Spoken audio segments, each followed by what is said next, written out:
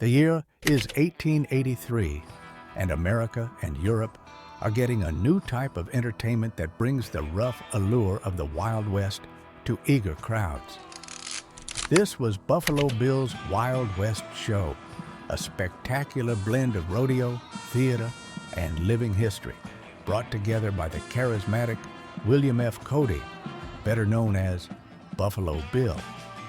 Not only did the show have exciting stunts and sharpshooting displays, it also had a wide range of unique personalities, each with their own style and interesting story. Think of Buffalo Bill himself, wearing a fringed leather jacket, a wide-brimmed hat, and a gun slung over his shoulder. He stood tall and in charge. It is said that his pictures capture the essence of a mythical figure who lived between legend and truth. Today, his shooting photos, which often show big game, might be shocking, but at the time they were taken, they solidified his reputation as a frontiersman. Then there was Annie Oakley, the little powerhouse known as Little Sure Shot. Picture her harmonious with a rifle, pulling off a flawless trick shot, or standing tall with a full arsenal of guns. Not only are her pictures amazing because of how daringly good they are, but they also show a woman going against the rules of her time. Annie wasn't just a performer, she was also a sign of accuracy and strength, and she was often seen with important people, which added to her fame. But what about Sitting Bull? This respected Lakota Sioux chief joined the Wild West show. He brought a strong sense of history and tradition with him. Imagine him in all of his royal attire, which is very different from the show's commercial glamour. These pictures are strong and moving, and they show how his cultural identity and the growing entertainment business are at odds with each other. They make us think of how respect and spectacle work together in complicated ways. Frank Butler, Annie Oakley's devoted husband and sharpshooting partner, performed on stage as well. The dramatic and often dangerous nature of their acts can be seen in the pictures of him in the middle of a stunt or a shot. He captures the wild, uncontrolled spirit of the Wild West in his photos by giving them a certain energy. And let's not forget Johnny Baker, the cowboy kid.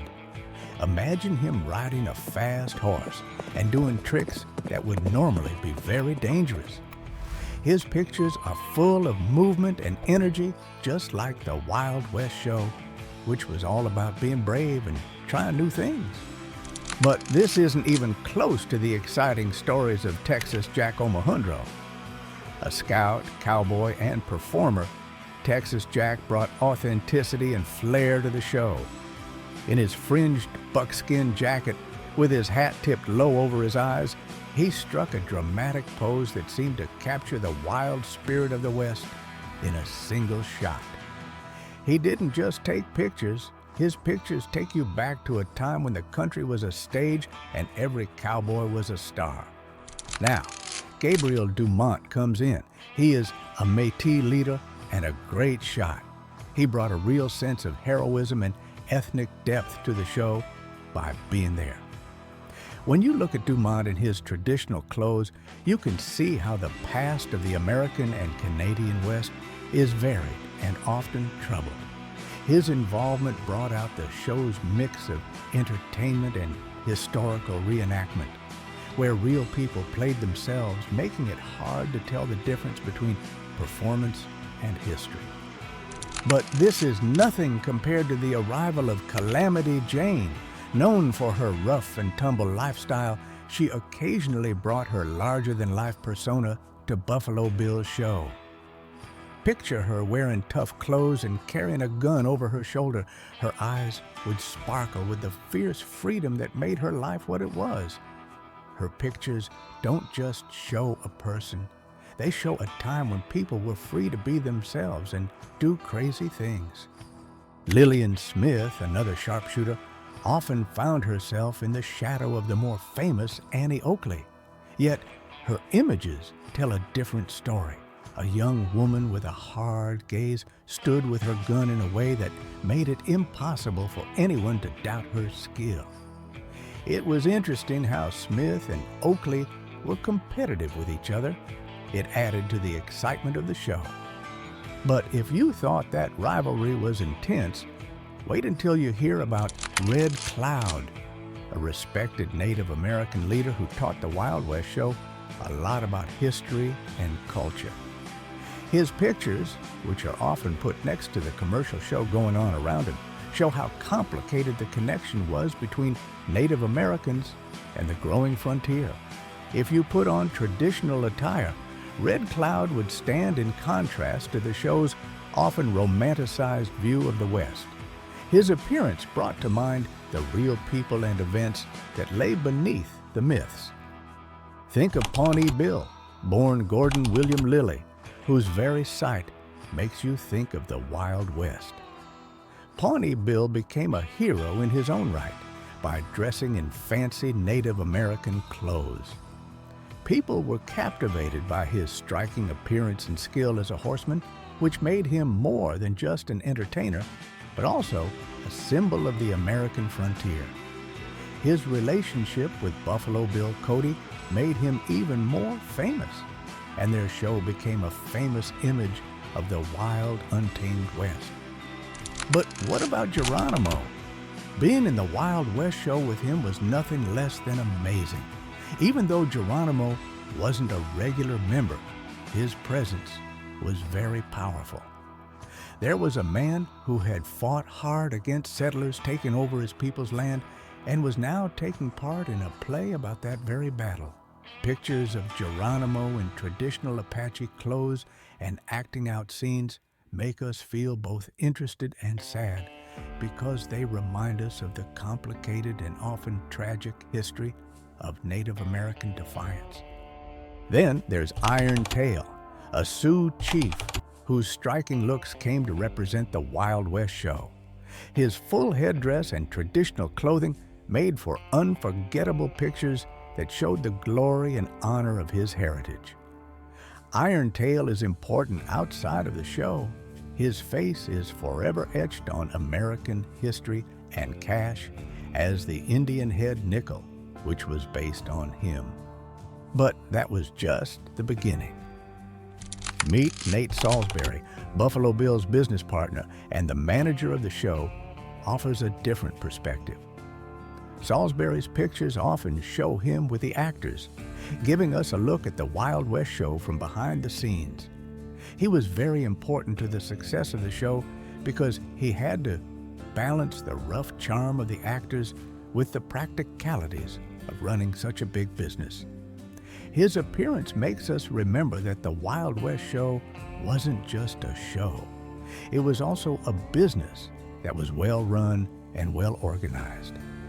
And then there is Buck Taylor, the king of the cowboys.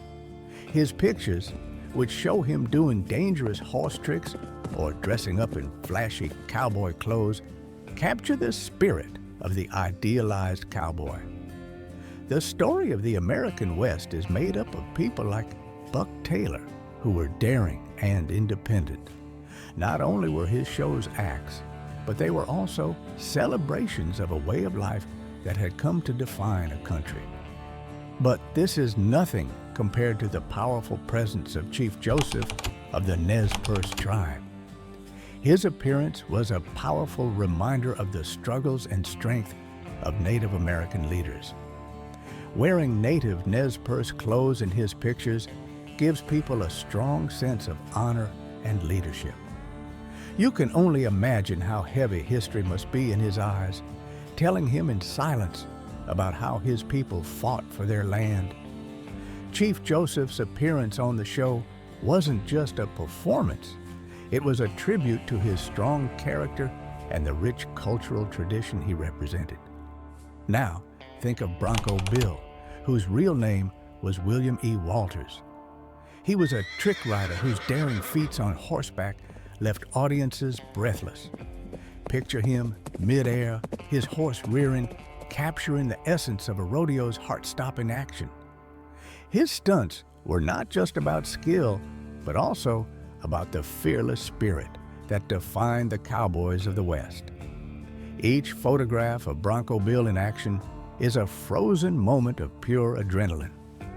But what about the Daniels family? James, Augustus, and Adelbert Daniels were sharpshooters who turned precision into an art form. People were amazed by how well they coordinated and hit their targets during their synchronized shooting shows. It was said that a bullet could cut a playing card in half or hit a coin thrown into the air. The Daniels family did amazing things that made them famous. The pictures of them, which often show them in the middle of an act, are just as frightening now as they were more than 100 years ago. John Baker Omohundro, better known as Texas Jack, was a scout and performer who brought a touch of adventure to the show. Clad in his Wild West attire, Texas Jack's photographs often show him in dynamic poses, ready for action.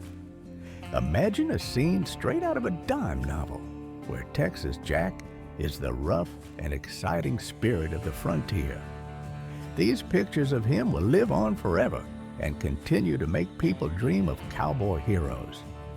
But the real essence of the Wild West emerged with Black Elk, a revered Lakota Sioux holy man. Wearing his usual clothes for ceremonies, he stood tall and proud. Just being there with him was deeply moving. He was a living example of the spiritual heritage of his people. The pictures of Black Elk, especially the ones of him in his full regalia, are more than just pictures. They show sacred traditions and deep wisdom, and they give us a glimpse of the soul of a society. Now, imagine Little Britches, also known as Jenny Stevens, sitting on a fast-moving horse. Her face showed drive and happiness. Little Britches broke social norms about women in the Wild West by doing bold things on horses and being a great shot. Her pictures, which often show her in the middle of a stunt, show not only how good she was, but also how daring and brave people were back then. What about Fred Burns? Imagine him expertly twisting ropes and pulling off complicated tricks that don't make sense or follow gravity. Fred Burns brought a mix of athleticism and skill to the show as a cowboy and trick roper.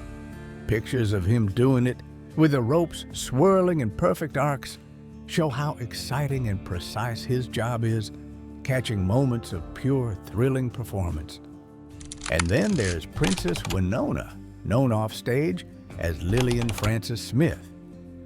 Wearing clothes that looked like they were from Native America, her impressive shooting skills captivated the crowd.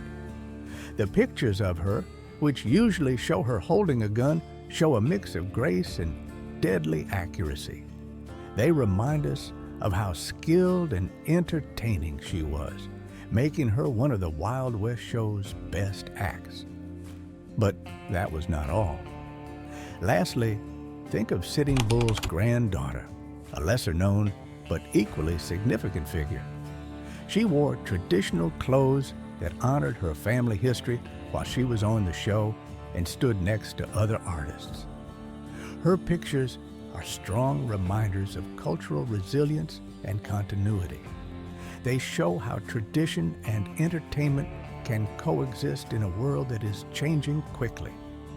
These photos, these moments frozen in time, offer more than just a look at the past. They invite us to experience the energy, the bravery, and the stories of those who shaped the myths of the American West. Each performer in Buffalo Bill's Wild West show would subscribe to the channel and contributed a unique thread to history, leaving behind a legacy that continues to inspire and captivate. So the next time you see a picture from that time, think about the interesting people who were in it and the interesting stories they have to tell.